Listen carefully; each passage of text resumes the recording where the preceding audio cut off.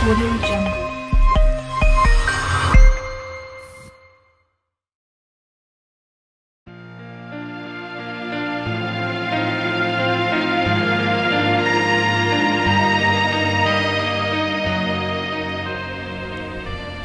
Bapak Ibu saudara terkasih, kita senang dikunjungi, maka kita wajib untuk mengunjungi. Beberapa hari yang lalu saya bermimpi mendapat kunjungan dari seorang teman. Saya bahagia sekali. Langsung saya terbangun dan dalam hati berjanji besok pagi langsung saya akan mengunjungi umat. Saya mengontak Bumin, saya ajak mengunjungi beberapa umat sejauh kemampuan. Apa yang terjadi? Semua umat yang saya kunjungi itu rasanya bahagia, bahkan omong, mengapa Romo tidak bilang-bilang, saya tidak menjadikan apa-apa, kan begitu. Justru saya tidak bilang-bilang itulah menjadi kejutan. Soalnya orang itu kan suka kejutan. Kalau tidak kejutan ya biasa-biasa saja. Kejutan itu misalnya seorang pastor sedang khotbah, orang tenang-tenang saja. Ketika gigi palsunya melesat ke muka diterima oleh umat, langsung seluruh gereja tertawa terpingkal-pingkal. Nah, justru yang menjadi kebahagiaan, kegembiraan, humor, dan lain-lain itu adalah hal-hal yang tak tersangka-sangka, dan itu seringkali kekeliruan, ya, kesalahan, jatuh gitu. Kalau halnya itu biasa, orang ya tenang saja. Saya punya seorang sahabat, guru SD itu. Sering saya ajak pergi ke stasi untuk misa. Saya berkhotbah. Apa yang terjadi? Ketika saya berkhotbah itu, umat itu ngantuk, deklak-dekluk, ya, matanya terpejam-pejam. Saya bingung. Loh, apa gunanya saya berkhotbah? Canggih omong panjang lebar. Lalu saya minta tolong, Pak, tolonglah kamu ganti berkhotbah ya, saya payah. Dia tampil. Apa yang terjadi? Dia bilang begini, para saudara, hari ini kan hari Minggu. Saudara semua ikut misa. Saudara semua kan membawa uang. Lalu semua orang itu bangkit. Saya berpikir, sebetulnya yang goblok itu saya atau Pak Adi tadi. Saya menganggap diri orang yang hebat canggih, malah orang-orang tidak tahu menahu. Justru seorang guru SD tidak tamat saja, satu dua kali omong sudah mendapat tanggapan yang luar biasa.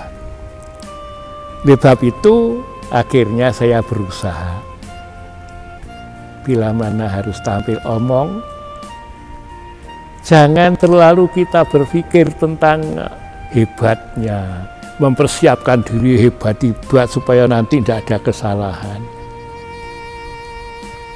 Maka seorang teman itu memberitahu saya, Romo, kalau kamu berkhotbah, jangan mempersiapkan diri terlalu hebat, nanti tidak memberi tempat kepada Roh Kudus, seakan-akan Romo itu bisa sendiri. Jadi sedikit saja dipersiapkan, lainnya biar Roh Kudus itulah membisi Romo, justru yang itu yang nanti akan menjadi berkah itu. Ternyata sungguh ketika saya berkhotbah tanpa persiapan, tentu banyak salah sana sini, kekurangan sana sini, tapi justru itu yang diterima umat. Umat itu yang penting bahwa mereka itu hatinya mendapat masukan yang segar,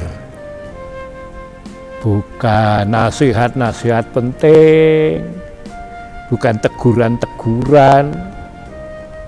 Nah, masukan yang segar itu malah yang berupa sendaguro, persahabatan, ya, pengampunan. Nah, dengan cara itu kita akan mendapat kemudahan dan kemurahan. Itu tidak berarti kita tidak bertanggung jawab seenaknya, tidak. Kita tetap berusaha, kita tetap mempersiapkan, tapi di luar semuanya itu kita memberi kelonggaran kepada orang-orang lain, kepada suasana sekitar, kepada bunyinya burung, desisnya kipas angin. Itu. Nah, itulah yang kita sebut keselarasan alam, ekologi, keseimbangan alam. Sering terjadi kita itu merusak keseimbangan alam karena kita berbuat itu lebih daripada kebutuhan, lebih daripada apa yang selayaknya semestinya yang dibutuhkan oleh alam. Ekologi itu menjadi bagian penting dari hidup dan dibutuhkan semua orang. Ya. Jadi binatang, tumbuhan, udara, ya, semuanya itu sudah mengatur diri untuk berkesinambungan, saling memenuhi. Kalau kita lihat hutan, bermacam-macam tanaman.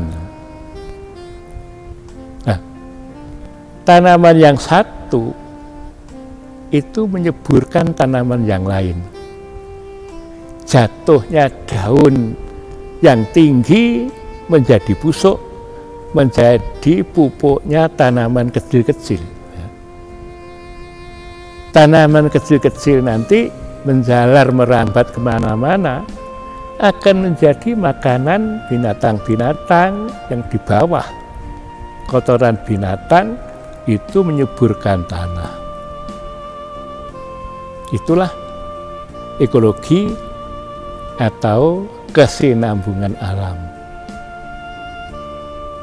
Tanpa kita banyak usaha, banyak bekerja, alam sendiri diatur Tuhan untuk menghidupi diri. Oleh sebab itu, dari satu pihak kita juga pasrah pada kebaikan Tuhan, selebihnya kita membantu atau menjadi tangan Tuhan untuk memperbaiki apa yang masih kurang. Itu sudah terjadi sejak penciptaan, di mana Tuhan itu turun dari atas ke bawah, menyapa, mengunjungi, lalu menebus dosa kita karena kesalahan kita. Allah yang sudah sempurna dari segala-galanya masih mau mengabdi kepada kita, orang seperti ini. Itu berarti kita menjadi bermakna jika kita itu berusaha untuk berarti bagi sesama. Kunjung mengunjungi itu bagian terpenting dari kita. Tanpa kunjung mengunjung kita sepertinya mati kutu, kesepian. Tidak ada kesusahan yang lebih besar daripada kesepian. Orang bisa mudah mati karena kesepian daripada karena kekurangan makan.